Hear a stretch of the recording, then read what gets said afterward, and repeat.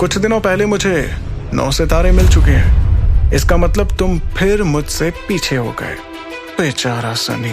लेकिन ये बात सिर्फ सनी ने नहीं बल्कि दल के सारे लोगों ने सुनी और वो सभी एक बार फिर हैरान हो गए। सब सोच रहे थे कि ध्रुव को 9 सितारे भी मिल गए, वो भी इतनी जल्दी।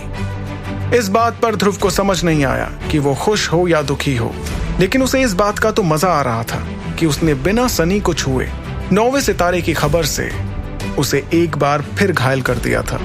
बेचारा सनी। सानवी और ध्रुव के बीच एक अजीब सी नफरत थी, लेकिन उसके बावजूद वो समझ रही थी कि ध्रुव की शक्तियां सचमुच बढ़ती जा रही थीं। तभी अरेंद्र ने हंसते हुए दल के बुजुर्ग से कहा, मेरे ख्याल से अब हमें चलना चाहिए। नीलामी शुरू होने का वक्त होने ही वाला है। अगर देर से पहुंचे तो शायद एक अमृत धारा भी हमारे हाथ ना आए। अरेंद्र की इस बात के बाद सबसे पहले दल के बुजुर्गों ने मुख्य द्वार से बाहर जाना शुरू किया। उनके जाने के बाद अरेंद्र ने पीछे मुड़कर ध्रुव से कहा, तुमने एक बार फिर मेरा सर फक्र से ऊंचा कर दिया है ध्रुव। सनी के दादा तो मेरा दिमाग ही खा गए थे कि कैसे उनका पोता बहुत ताकतवर है और हमें उसके लिए भी अमृत धारा की बोतल खरीदनी चाहिए। लेकिन सब ये सच जानते हैं कि सिर्फ अमृत धारा से कुछ नहीं होता। खैर, देखते हैं क्या होता है। तुम सिर्फ अपनी ट्रेनिंग पर ध्यान देना, इन सब बातों में नहीं। ये सुनकर ध्रुव के चेहरे पर एक मुस्कुराहट आ गई। इसके बाद पूरा दल दरबार नीलामी घर के लिए रवाना हुआ।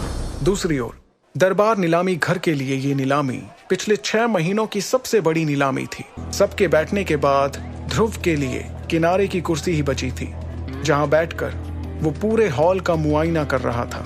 मुआयना करने के बाद बोर होकर ध्रुव ने अपनी आंखें बंद कर ली। तभी उसे किसी की आवाज सुनाई दी, बहन, सिर्फ 6 महीनों में एकेडमी का एडमिशन खुलने वाला है ना? एकेडमी का नाम सुनते ही ध्रुव की आंखें अपने आप खुल गईं।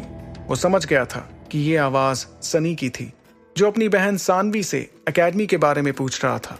रक्ष एकेडमी एक फेमस ट्रेनिंग एकेडमी थी, जहां टीचर बनने के लिए कम से कम महादक्ष रैंक की जरूरत पड़ती थी। सनी की बात सुनकर सानवी ने हामी भरते हुए अपना सिर हिलाया।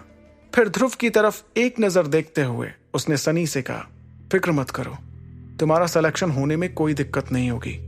मैसेडोरिया का एडमिशन संभालने वाली मेरी टीचर है, जो कि एक 5 सितारों वाली महादक्ष है। मैं तुम्हारे बारे में उन्हें बता दूंगी, जिससे तुम्हें एडमिशन में आसानी होगी। ये सुनकर सनी ने तुरंत खुश होते हुए कहा, यह तो बहुत अच्छी खबर है, शुक्रिया बहना। वहीं सानवी के मुंह से एकेडमी के बारे में सुनकर ध्रुव मुस्कुरा रहा था।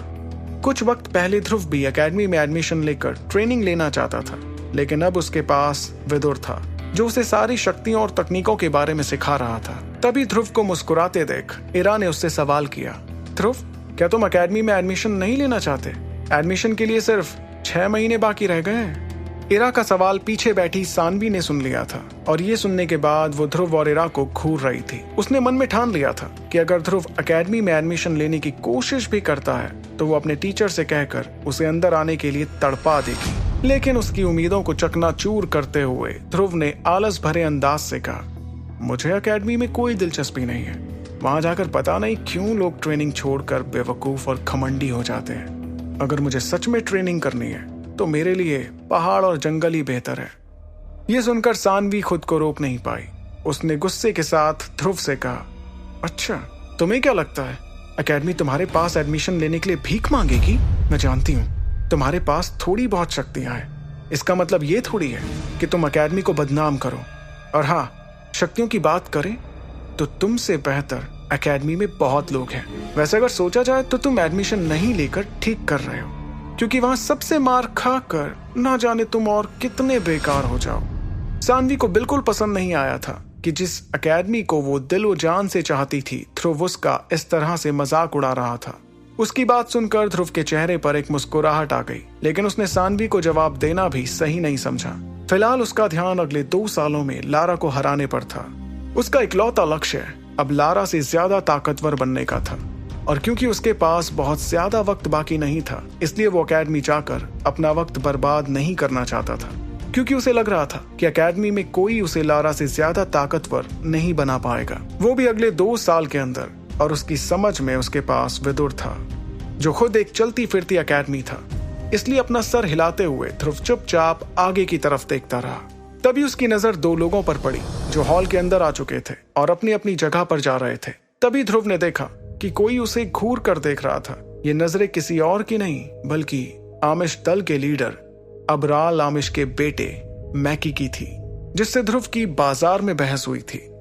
आगे की कहानी जानने के लिए देखिए अगला एपिसोड सिर्फ पॉकेट एफएम के यूट्यूब चैनल पर, और सुपर योद्धा के सारे एपिसोड्स को सुनने के लिए डिस्क्रिप्शन में दी लिंक से डाउनलोड करें पॉकेट एफएम ऐप।